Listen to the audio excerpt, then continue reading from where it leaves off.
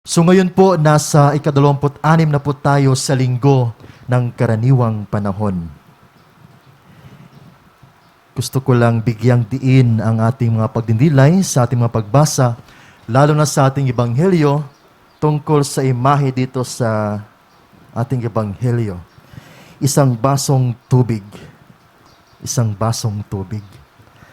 Ano kayang meron dito sa isang basong tubig? Bakit nasabi ni Jesus na itong taong nagbibigay ng isang basong tubig dahil kay Kristo ay gagantimpalaan? Doon ako medyo nadala. Ano kayang meron dito sa isang basong tubig?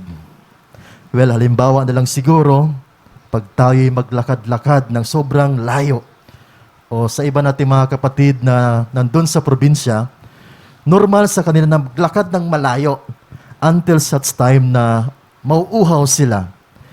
And then kung mayroong malapitan na bahay, doon sila lalapit at hihingi ng tubig. And lo and behold, mayroon talagang ibang tao na magbibigay sa iyo. Hindi lamang po isang basong tubig.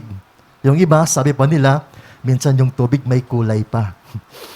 At yung iba naman, meron pang kahalong mga pasabay na mga biscuits. So ganun tayo ka mapagbigay. Ganun tayo ka mabuti sa ibang tao. Pero kung ating titingnan, ano nga kaya meron dito sa isang basong tubig?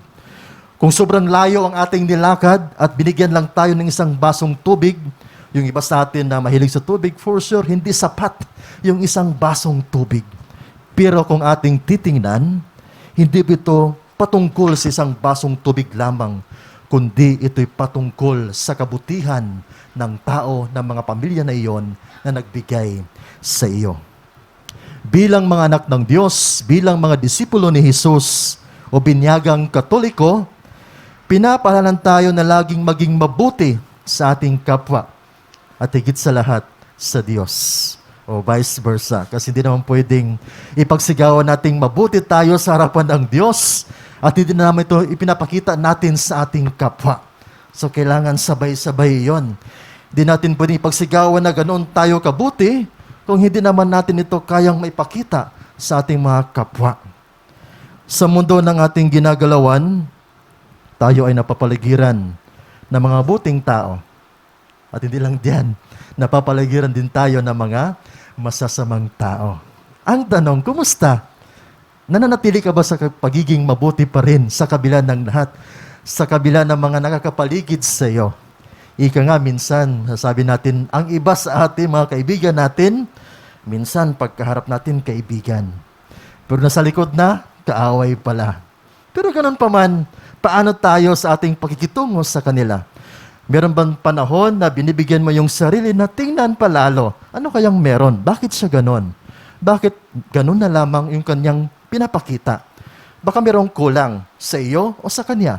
So napakaganda po na sa ating pagdinilay sa ating buhay, meron tayong panahon sa ating sarili kasama ang Diyos.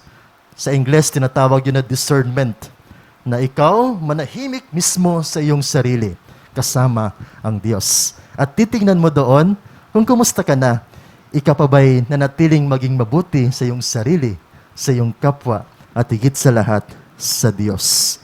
So ito yung mga ilan na mga halimbawa. Meron pa dong worst talaga na senaryo. Halimbawa, inaalipusta ka na, no? Ginagawan ka na ng storya, ginagawan ka na ng kamalian kahit na hindi mo ito ginagawa. Minsan talaga, umuusok yung galit natin, no? Kumukulo yung dugo natin. At minsan sa isip natin, magplano na lang tayo kung paano tayo makabawi. Sabi natin, gawa tayo ng paraan. Gawa tayo ng magandang strategy para makabawi tayo. Minsan kasi, nasasabayan natin yung mga ganoon. Imbis na patuloy tayong magpapakita ng pagiging mabuti, hindi natin ito nasusustain. Doon na lang tayo nauhumaling kung paano tayo makakabawi. Mga kapatid, mayroong mga ilang mga realidad na kung saan ito'y patungkol sa ating pagiging mabuti. Tingnan lang po natin kung saan tayo dito. Una, minsan, ang pagiging mabuti, aminin natin hindi, nakakapagod naman talaga. No? Nakakapagod. Kaya yung iba, they gave up. Yung iba sa atin, they gave up. Aalis sa grupo kasi wala man tayo makukuha pala sa grupo na yun. Akala ko mabuting grupo yun. Later on kasi we found out na sa isang grupo, meron palang pagkakamali minsan at yun, hindi natin kakayanin, aalis na lang tayo. Meron isang imahe na kung saan pwede nating pagkunan ng atensyon na itong mga taong ito, hindi sila madaling nag-give up. Sino po ba ito? Ang mga magulang natin, lalo na yung ating mga nanay. Kahit na kung paano tayo naging pasaway, kahit na paano tayo naging hindi mabuting anak, ang nanay natin patuloy pa rin naging mabuti para sa ating lahat. Ganon katindi ng mga kabutihan ng mga nanay sa atin. Kaya mahalin natin yung ating mga nanay. Pangalawa, nagsusumikap kang maging mabuti kahit mahirap. Marahil ito yung isa sa mga mission natin, lalo na sa ating kapanahunan sa ngayon. Kaya dali-dali nating makita ng mga taong hindi mabuti. Kaya dali-dali nang nating makita ng mga taong nakagawa ng pagkakamali. Pero ganun pa man yung estado ng ating buhay sa mundong ito. Ikaw ba nagsusumikap pa rin na maging mabuti? Yung pangatlo, pinipili mong maging mabuti kasi ito yung alam mong dapat. Maganda rin po yun. Pinipili mong maging mabuti kasi ito yung dapat.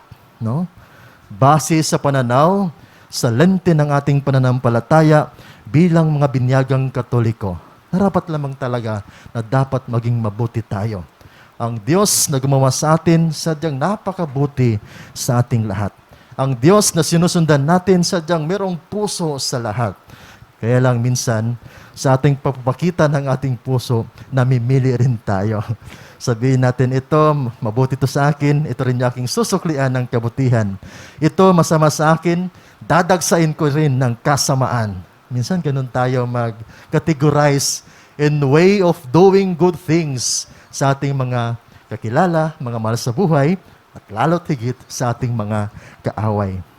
Yung pang-apat, sa ating pagiging mabuti, minsan din natin namamalayan na nagsiset na tayo ng boundary. No? Nagsiset na tayo ng boundary. At ito po, napakaklaro nito sa ating mga lingkod sa simbahan. Minsan sasabihin natin, ops, hanggang diyan ka lang. Kami lang dito, kami lang nakakaalam sa aming ginagawa dito sa simbahan. Bago ka pa lang, dapat matuto ka sa amin. Well, minsan, meron kayong bagong recruit. Aminin natin sa hindi, mas magaling pa sila sa iyo. Siyempre bago, maglalaan talaga ng panahon yon, magsasanay. No? Didiscover sa kanyang sarili. And lo and behold, he or she was able to perform well. Nakagawa siya ng kabutihan sa kanyang paglilingkod. Minsan mag-aalarma tayo. Dapat diyan ka lang muna kasi bago ka pa lang. Huwag muna. Kami muna dito. Diyan ka muna. Maghintay ka sa panahon mo. Maghintay ka sa time mo. Minsan ganun tayo in terms of nakikita natin na merong iba na alarma na maganda ang pinapakita. Minsan na-alarma tayo. At kung titignan natin, ito yun ang nangyayari sa ating ebanghelyo. Si Juan, para siyang naalarma na sa kanilang ginagawa na hindi nila kasamahan, ay meron pa palang gumagawa ng maganda rin. Sabi ni Juan, Jesus, hindi pwedeng ganito. Kumbaga para sa kanya, sa kanilang dapat yon. So he was able to set boundary among themselves as disciples of Christ na dapat nung papapalayas ng demonyo, pagpapagaling, ay sa kanila lamang. Hindi. Hindi yung mukha ng paglilingkod. Hindi po ito yung tinuturo sa atin ni Jesus na ating Diyos. Bagkus sa paglilingkod, welcome lahat. Minsan nga, siguro dala na rin sa ating limitasyon sa ating simbahan. May mga panahon, may mga instances na gugustuhin man natin na maging mabuti. Gugustuhin man natin na maglingkod sa lahat, na mabigyan ng lahat. Pero ganun pa man, limitado lamang tayo, no? Pero minsan, meron din magandang kwento na naikwento ko na dati sa inyo, na merong iilan na mga lingkod sa ating simbahan, sa ating mga kapilya, na they were able to extend help, no?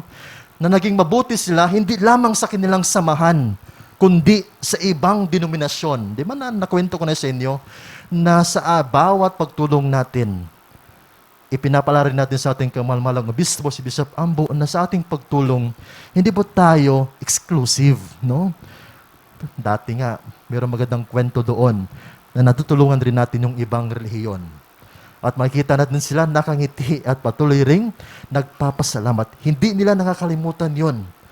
Kaya lang minsan worst, minsan sa ating mismo lang samahan, mag-away-away tayo. No?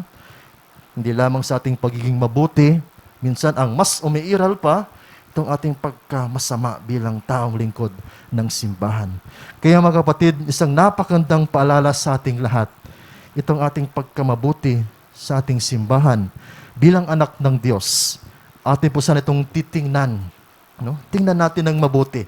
Sapagkat ito yung patuloy na paanyaya sa atin ng Diyos. Ito yung patuloy na hamon sa atin ng Diyos na sa kabila ng lahat. Kailangan maging mabuti pa rin tayo. Sa kabila ng lahat, kailangan may pakita pa rin natin yung ating pagmamahal sa bawat tao. Mga kapatid, minsan napakahirap po nito, no? Kasi sa ating kapanahunan sa ngayon, hila-hila. Madali lamang manghila. Gaya ni San Juan, hinihila niya si Jesus. Pag malarma tayo na ito, baka katakot-takot to, baka mamaya, siya na yung siya na yung magdidirect sa ating lahat. Baka mamaya, mahirap na. So dapat gawa natin ng paraan. Diyan ka lang muna. Mga kapatid, ito yung hamon din sa atin bilang isang bagong komunidad na ating binubuo dito sa ating mission station. Inanyahan tayo lagi na sa ating pagiging mabuti, we just hope and pray na patuloy tayo maging welcome sa bawat isa. No? I remember one time, doon somewhere sa Mindanao, yung isang pari namin doon, nagbibigay siya ng recollection. At isang mga attendees doon ay itong mga lay ministers, seniors na. Sabi niya, hindi pwedeng kayo lang lagi dito. Hindi pwedeng hindi tayo magre-recruit ng bago. Hindi pwedeng hindi na kayo mag-welcome ng bago. Mabuti kayo, pero hindi ibig sabihin na hanggang katapusan. Sabi niya, kasi time will come, matanda na kayo, mamamatay rin kayo. Diritsahan yung kapatid kong pare doon nagsabi sa mga, matanda na rin naman talaga. So ito rin yung paanyaya sa ating lahat na habang bago tayo sa ating mission station, bigang isang komunidad sa pagbibuild ng ating community, ito po yung hamon sa atin na sana mas lalo tayo maging open, mas lalo tayo maging bukas, na magyaya tayo ng bago pang lingkod sa simbahan. Hindi sa lahat ng panahon, tayo yung laging mabuti. Malay natin, yung mabibingwit natin ay mabuti rin pala. Diba? Kalaking biyaya nun sa ating komunidad na sa ating pagiging bukas sa lahat dito sa ating mission station as mas lalo pang uunlad yung ating samahan. Mas lalo pang uunlad yung ating ugnayan dito sa ating mumunting sambayanan. Ipagdasal natin sa Diyos. Nawa, patuloy tayong biyayaan ng Diyos ng bukas ng puso para mas lalong maging mabuti sa lahat. Huwag nating kalimutan mga kapatid na sa ating pagiging mabuti, hindi man sa may nakaabang lagi na gantimpala. Sa hindi rin ganon. Gaya rin ng magsisimba tayo kasi naghingi tayo ng biyaya sa Diyos. Sana hindi lamang hanggang doon. Gumagawa tayo ng kabutihan sapagkat ito yung in-expect sa atin ng Diyos bilang Kanyang mga anak. Gumagawa tayo ng mabuti sapagkat tayong lahat bilang mga katiwala, kailangan may pakita natin ang puso sa bawat isa. Huwag po natin kalimutan din mga kapatid na maging mas makabuluhan yung ating pagiging mabuti, hindi lamang sa ating sarili, bagkus kung atin itong may pakita sa ating Diyos na ating pinupuri. Siya nawa. Magsitayo po.